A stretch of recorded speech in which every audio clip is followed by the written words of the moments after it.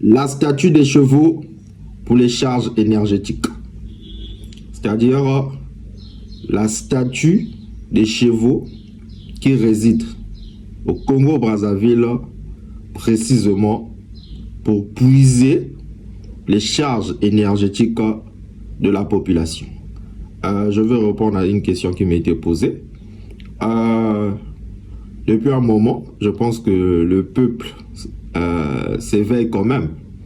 Il y a un audio qui a circulé, qui a été publié par un de nos aînés, que je respecte beaucoup. Ce que j'ai cru comprendre dans l'audio, c'est que c'est un maître initié qui s'adressait auprès du chef responsable de sa loge, qu'il avait constaté que la charge énergétique qui a été positionnée au niveau du rond-point des chevaux était tellement forte que il a fait une demande de réduire cette charge ou encore cette fréquence énergétique.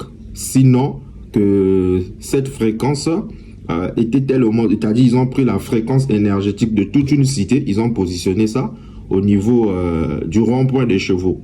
Et que cela risque, c'est-à-dire de puiser, c'est-à-dire toute l'énergie de la population, du peuple, ou encore qui va même créer même des accidents, j'essaie un peu de saucissonner ma phrase, qui peut créer des accidents, qui peut créer des dommages à la population.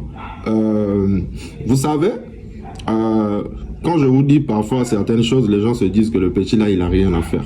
Jadis, j'avais fait des enseignements concernant la France unitaire de spiritualité. Je vous ai parlé de la France était unitaire de spiritualité fondée selon les principes de la géométrie sacrée. Je vous ai parlé de l'obélisque du Louvre. Je vous ai parlé de la petite porte de Paris, l'Arc de Triomphe. Je vous ai parlé de la tour Eiffel. Je vous ai montré, ce sont des modèles de construction qui sont utilisés ou encore représentés pour contrôler les masses, pour contrôler les foules.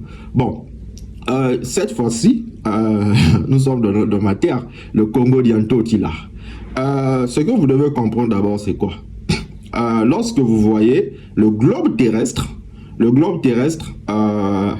est fondé ou encore est composé, lorsque vous voyez la structure, c'est-à-dire géographique ou encore graphique du globe terrestre, vous allez voir, nous avons le pôle nord, nous avons le pôle sud, ou encore l'hémisphère nord, ainsi que l'hémisphère sud. Nous avons des parallèles, nous avons des méridiens. Et lorsque vous voyez toute cette composition fait circuler ce qu'on appelle l'énergie ou encore les forces électromagnétiques de la Terre. Et pour comprendre ça, vous devez étudier ce qu'on appelle la géobiologie. La géobiologie, de façon simple, lorsque vous voyez le mot géobiologie, nous avons géos qui fait référence à la science de la Terre. Le bio, ça signifie la vie. Encore le logos, ça fait référence à une dimension scientifique. Donc la géobiologie, en gros, c'est étudier la relation qui existe entre l'être humain ainsi que le milieu qui l'entoure. Et le globe terrestre est composé de 7 centres énergétiques qu'on appelle les ley lines dans la métaphysique. Les ley lines, c'est-à-dire ou encore les lignes de ley. Et les 7 forces énergétiques sont encore appelées les chakras de la Terre, encore les chakras de l'univers. Donc lorsque vous voyez les ronds-points, chaque rond-point est connecté à un centre énergétique ou encore à un chakra énergétique. Même lorsque vous voyez les pyramides qui sont en Égypte, même les pyramides aussi sont contrôlées ou gouvernées par un centre énergétique. Vous voyez, et généralement on utilise des ronds-points pour contrôler les peuples, pour envoûter même les peuples, pour sacrifier même le peuple, ou encore pour puiser l'énergie des masses.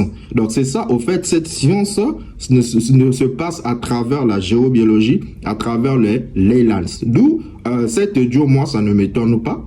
Je suis averti, et même ceux qui ont suivi mes enseignements concernant la France, une terre de spiritualité, ils sont en train de comprendre, excusez-moi, la dimension métaphysique de l'information. Donc, ce que Moïse fait, ce n'est pas de l'aventure. Je pense que vous commencez à comprendre petit à petit que le petit là, il a du sérieux. Vous devez comprendre encore une chose. Moi, je ne vais pas attribuer toutes les connaissances aux francs-maçons.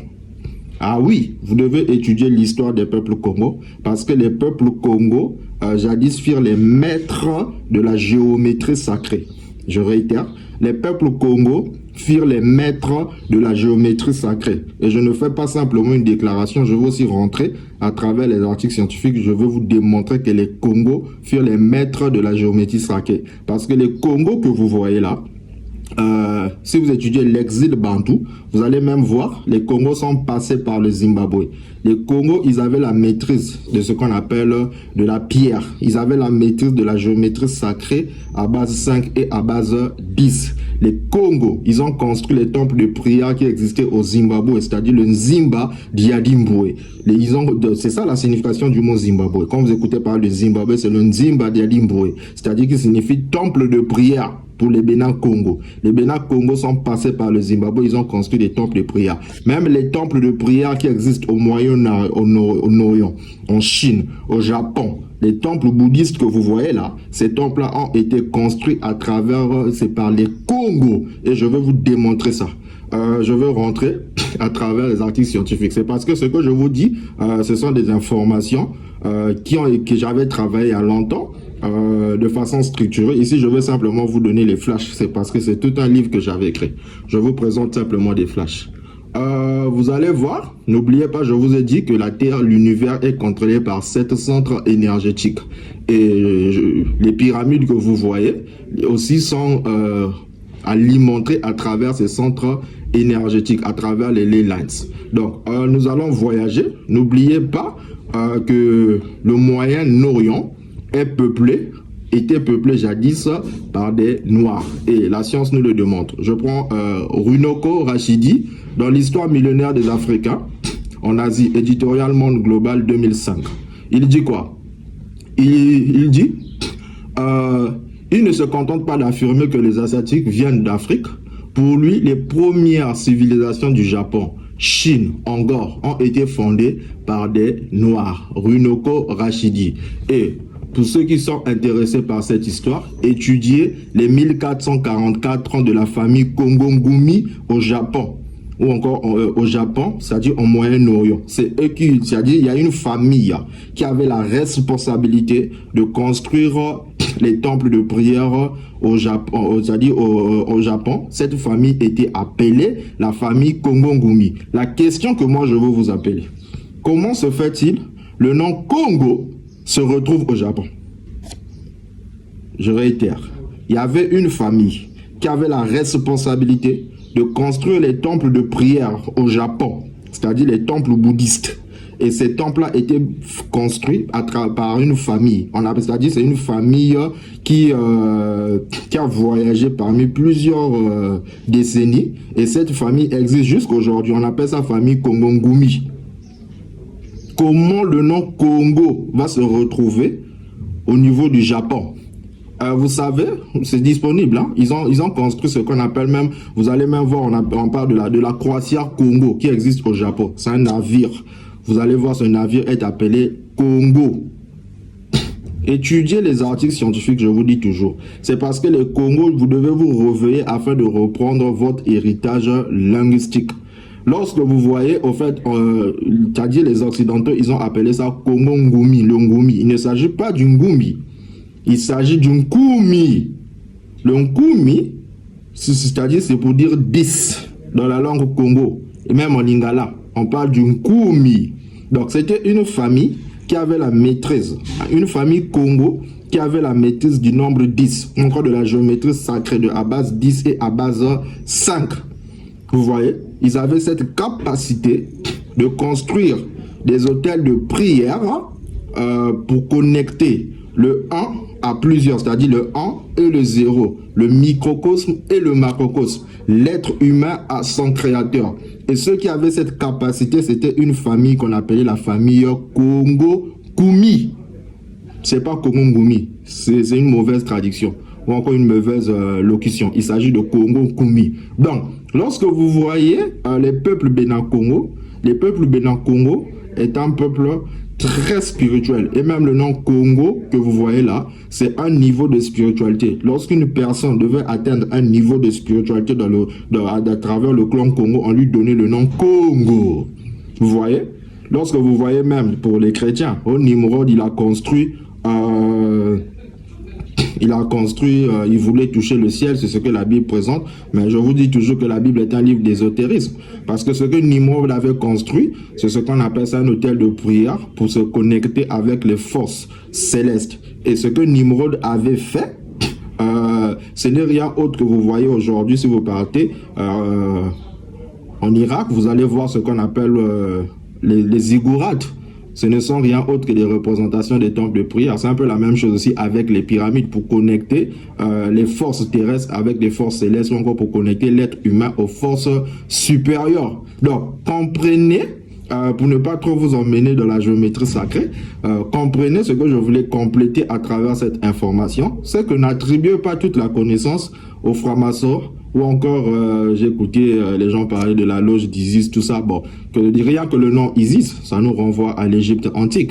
Vous voyez, ça fait partie du patrimoine culturel de l'homme noir. Donc, toutes les connaissances, les maçons sont venus, ils ont puisé ces connaissances-là au niveau de l'Afrique. Dans l'Égypte antique, c'est juste que la question du Congo, les gens n'en parlent pas. Mais découvrez dans cette vidéo que les Congos étaient des maîtres de la géométrie sacrée. C'est eux qui ont bâti les temples de prière bouddhistes. Donc, ne soyez pas étonnés pourquoi les enfants Congo, ils sont intéressés à prier dans le bouddhisme, à prier, c'est-à-dire à s'intéresser à toutes les formes de spiritualité qui existent au Moyen-Orient. C'est parce que leurs ancêtres, c'est eux qui occupaient jadis le Moyen-Orient. Et nous avons beaucoup des articles scientifiques pour vous démontrer que les Chinois, les Japonais, ils étaient noirs mélanodèrmes. Donc, comprenez, les ronds-points sont utilisés pour contrôler les masses, pour contrôler les peuples. Donc, cet audio-là, qui circule sur la toile, c'est une vérité que ce maître initié, il a ressenti que son champ vibratoire avait baissé lorsqu'il est passé dessus. Et ce qui m'intéressait, c'est qu'il a même dit, il y a des pasteurs qui passent là, mais les pasteurs là sentent rien. Il dit, c'est la preuve que ce sont même des faux pasteurs. C'est parce que le champ énergétique qu'ils ont mis là-bas peut causer des conséquences qui seront carrément mortels, qu'il faut faire un rituel afin de baisser ce champ vibratoire énergétique.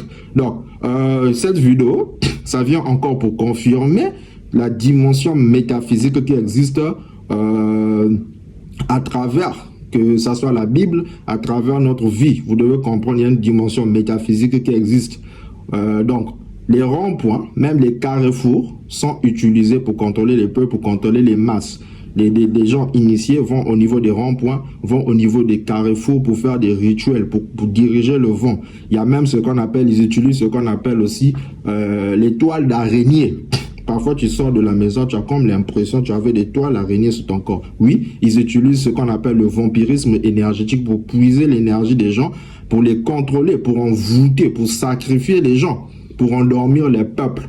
Donc, comprenez que ces loges-là, que ce soit les Rosicruciens, que ce soit les maçons, que ce soit Ekankar, la loge du sang, toutes ces loges-là, ils utilisent les ronds-points, ils utilisent les carrefours, mais cette science, dans son essence originelle, ça vient de l'Égypte antique, hein, ça vient aussi des peuples bénin Congo, parce que le Congo, il y a un totila. Les Congos furent les maîtres de la géométrie sacrée à base 10.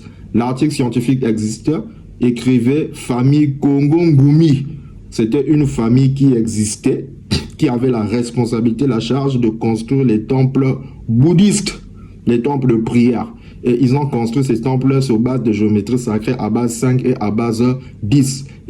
C'est-à-dire, ce sont les mêmes peuples, c'est-à-dire les peuples Congo. Ils ont construit aussi les temples de prière au Zimbabwe, le Nzimba Diadimboué, qui signifie maison de prière. Ce sont les peuples Congo à travers l'exil des peuples Bantous. Vous voyez, c'est parce que lorsque les Occidentaux sont arrivés au Congo, ils ont pillé, ils ont détruit. Donc c'est difficile de retracer ces faits archéologiques. Mais comprenez, il y a eu un travail de pillage qui a été fait au Congo. Donc peuple Congo, réveillez-vous. C'était votre frère Moïse Sèche Nedjar.